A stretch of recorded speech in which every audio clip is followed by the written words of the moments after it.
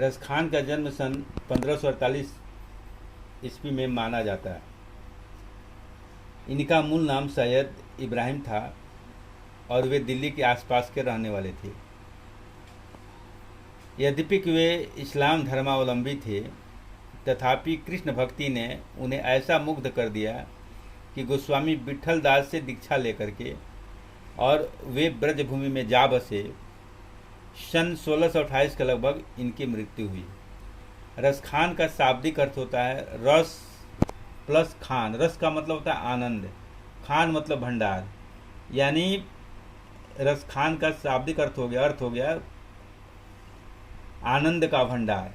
और प्रस्तुत जो सवये हैं, जिसको जो है एनसीईआरटी की पुस्तक जो है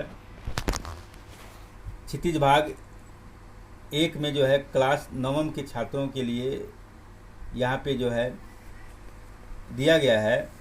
इसमें 4 सवये दिए गए हैं।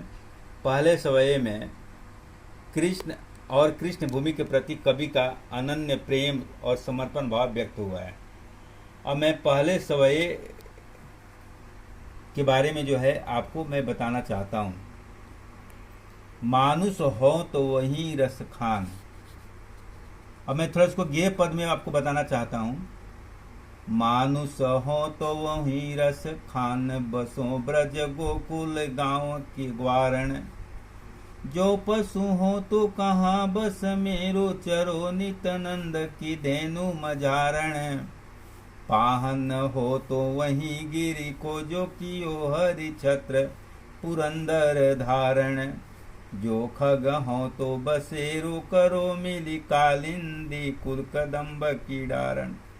अब यहाँ पे कवि ये बताना चाहते हैं कि मानुष हो तो वही रसखान। रसखान कवि कहते हैं कि अगर मैं मनुष्य के रूप में मेरा जन्म हो तो मैं ब्रज प्रदेश के गोकुल गांव के ग्वालों के बीच जन्म लेना चाहता हूँ। फिर कवि की यह जो है इच्छा है कि अगर पशु के रूप में उसका जन्म होता है तो वह जो है जो पशु हो तो कहाँ बस मेरो, चरो नित नंद की धेनु मझारण।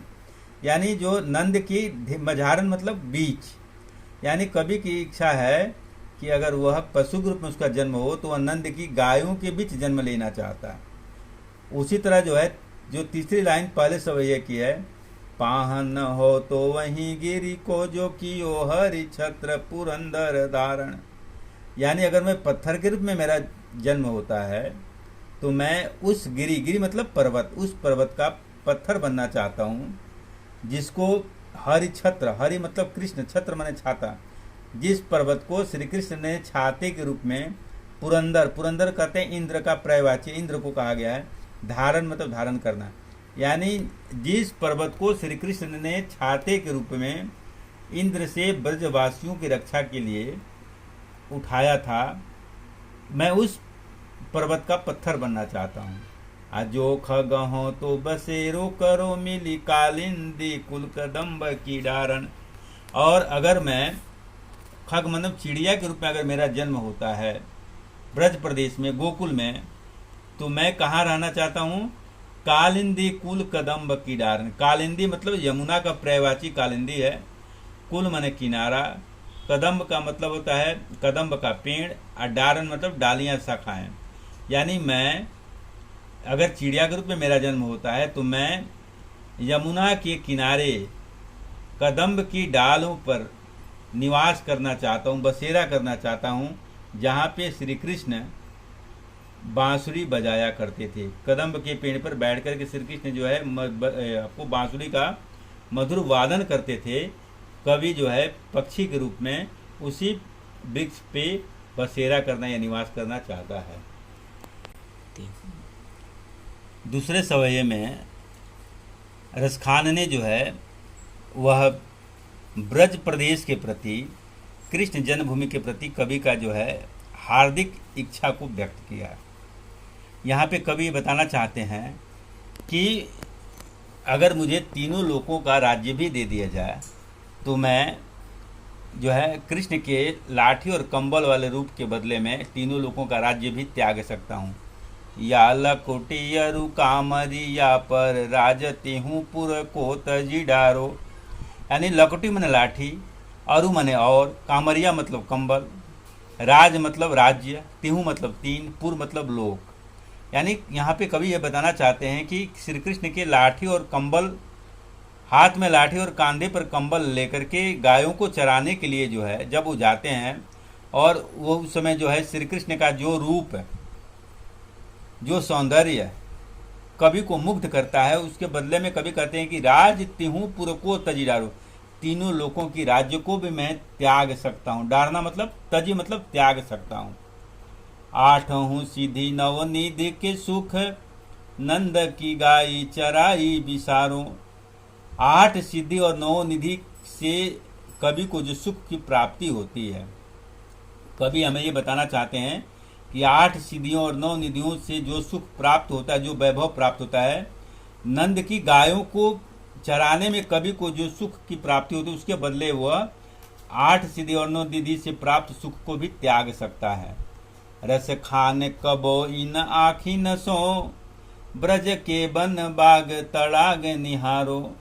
रसखान कवि कहते हैं कि मैं अपनी इन आँखों से ब्रज प्रदेश के वन, वन मतलब जंगल, बाग मतलब बगीचे, और तड़ाग मतलब तालाब को निहारना मतलब देखना चाहता हूँ। कोटि के एकल धोत के धाम, करील के कुंजन ऊपर वारो। कोटिक मने करोड़ों, कलधोत मने सोने चांदी के, धाम मतलब महल। कभी कहते हैं कि करील के कुंजों में, करील का मतलब एक पौधा होता है, एक झाड़ी होती है, झाड़ीनुमा पौधा है जो छायादार होता है, और श्री कृष्ण करील के कुंजों में यानी झाड़ियों के नीचे बैठ करके बंसी का वादन करते थे, वहाँ पे पशुओं को चराते थे।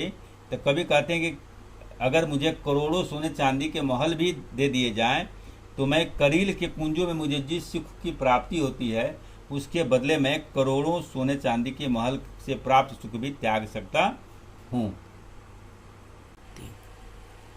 अब तीसरे जो सवैया है, तीसरे सवैये में कवि जो है वह कृष्ण के रूप सौंदर्य के प्रति गोपियाँ जो है मुग्ध हैं, उनकी मुग्धता का चित्रण किया है, जिसमें वे स्वयं कृष्ण का रूप धारण कर लेना चाहते हैं। अब एक सखी जो है गोपियों से कहती कि तुम कैसे जो है कृष्ण का रूप धारण करोगी। तो वह गोपी कहती है कि मोर सखा सिर ऊपर राखी हूँ, गुंज की माल गरे पहिरोंगी। मैं मोर पंखों से बना हुआ मुकुट सर पर रख लूँगी, और गुंज जो है, गुंज की माला मैं गले में धारण कर लूँगी। ओढ़े पीतम्बर लैल कुटी बन, गोधन ग्वारन संग फिरोंगी। ओढ़, ओढ़ मतलब पहनना, पीतम्बर मन पीत प्लस अंबर यानी पीला वस्त्र, लैल लकुटी मन, लकुटी मन लाठी यानी पीला वस्त्र धारण करके मैं हाथ में लाठी लेकर के, गोधन, गोधन मतलब गाय, ग्वारिन मतलब ग्वालों के संग, फिरूंगी मतलब घूमूंगी यानी गायों को चराऊंगी। और तीसरे पंक्ति में कवि कहते हैं भावती वो मेरो रस खान, सो तेरे कहे सब स्वांग करूंगी। यानी भावती मतलब अच्छा लगना, भाना, वही मतलब वह, मेरो रस खान, रस खान कभी कहते हैं कि तुम लोगों को जो कुछ भी अच्छा लगता है, सो तुम लोगों के कहने पे, तेरे मतलब तुम लोगों के कहने पे, सब स्वांग, स्वांग मतलब नाटक, जैसा तुम लोग कहोगी वैसा ही मैं कृष्ण का रूप धारण करूंगी। एक काम मैं नहीं कर सकती। अब यहाँ गोपियाँ विवश हैं, या मुरली मुरली धर की अधरा न धरी अधरा न धरूंगी। मैं मुरलीधर की मुरली को, मुरलीधर यहाँ श्री कृष्ण को कहा गया है, मुरलीधर का मतलब है मुरली को धारण करने वाले, यानी मैं उस मुरलीधर की मुरली यानी बांसुरी को कभी ओठों से नहीं लगाया, न कभी ओठों से लगाऊंगी, क्योंकि गोपियों का ऐसा मानना है कि गोपियाँ कृष्ण की तरह कभी भी बंसी का वादन नहीं कर सकती, क्योंकि गोपियाँ जो हैं, कृष्ण जो हैं वो कुशल बंसी वादक थे। और कृष्ण के विषय में यह जो है वो आपका दोहा प्रचलित है कि विजय सभी की होती जहाँ, तीर और कमानों से, विजय नटवर की होती वहाँ, मुरली के मधुर तानों से। और मैं चौथे सवैये में कवि ने गोपियों की विवशता एवं मुरली के अचूक प्रभाव का जो है वर्णन किया है। यहाँ गोपियाँ ब्रज के लोगों को यह बताना चाहती हैं, क्योंकि जब ब्रज के लोग गोपियों से यह शिकायत करते हैं तो गोपियाँ कहती हैं कि सुनो ब्रज के लोगों, आज से हम लोगों ने कृष्ण की बांसुरी को सुनना ही बंद कर दिया है। कानन निदय अंगूरी रही बो, जब ही मुरली धुनी मंद बजे हैं। हम अपने कानों में, कानन मतलब कानों में, दे मतलब दे देंगी, अंगुरी मतलब उंगली डाल लेंगी, रहीबो मत रहेंगी, जब ही मतलब जब, मुरली, मुरली मैंने बांसुरी, धुन मतलब स्वर, मंद मैंने धीरे, बजे मैंने बजाएंगे। यानी गोपियाँ कहती है कि हम अपने कानों में उंगली डाल लेंगी जब श्री कृष्ण मुरली के मधुर स्वर को बजाएंगे, मुरली को मधुर स्वर में बजाएंगे तो हम अपने कानों में क्या डालेंगी, उंगली डालेंगी। मोहनी तानन सोरस खान, अटा चढ़ी गोदन, गए हैं तो गए हैं। मोहनी मतलब मन को मोहने वाली, तानन मतलब स्वर, सो माने वह, रसखान मतलब रसखान कभी कहते हैं कि मन को मोहने वाली जो सुर है, जो लय है, जो ताल है। अगर श्री कृष्ण आटामटे छत, अटारी पर चढ़ करके, गोधन मतलब गायों के, पशुचारण के गीत अगर गाएंगे तो गाएंगे, गोपियां कहती कि लेकिन हम पर उसका कोई प्रभाव नहीं पड़ेगा। तेरी कहो सिगरे ब्रज लोगन, काल को कितने समुझे हैं। तेरी मतलब होता है बुलाना, ए ब्रज के लोगों सुनो, सिगरे मतलब सारे लोग सुनो ब्रज के लोगों, कल को मतलब कोई भी, कितना मैंने कितना भी समझाएगा, लेकिन हम श्री कृष्ण के बांसुरी के स्वर को सुनने के लिए तैयार नहीं है। यानी यहाँ तीसरे लाइन तक गोपियां जो है श्री कृष्ण के प्रति जो है अपनी नाराजगी को व्यक्त करती हैं और बताती है कि हम किसी भी कीमत पर श्री कृष्ण के बांसुरी को सुनने के लिए तैयार नहीं है। लेकिन जो अंतिम चौथी लाइन है चौथे सवैये का, उसमें कवि लिखते हैं कि माई रे वा मुख की मुस्कान, सम्हारी न जय है न जय है न जय है। यानी जब श्री कृष्ण जो है अपने ओठों पे मुरली के मधुर स्वर को बजाते हुए मधुर मुस्कान जो लुलाएंगे चेहरे पर, मुख पर, तो गोपियां कहती है फिर हम अपने आप को रोक नहीं पाएंगी, संभाल नहीं पाएंगी। संहारी न जय है न जय है न जय, मैंने हम किसी तरह अपने आप को रोक नहीं पाएंगी। यानी यहाँ गोपियों की विवशता, कृष्ण के प्रति गोपियों की विवशता प्रकट हुई है। इस सवैये पाठ से संबंधित जो भी प्रश्न आपके मन में अगर कोई शंका है तो आप इसको जो है कमेंट बॉक्स में आप इसको समस्या को लिख सकते हैं, और मैं जो है इसका समाधान जो है अगले वीडियो में इसका प्रश्नोत्तर तथा इस आपकी समस्या का समाधान करूंगा। इस जो है मेरे चैनल को सब्सक्राइब करें, लाइक करें,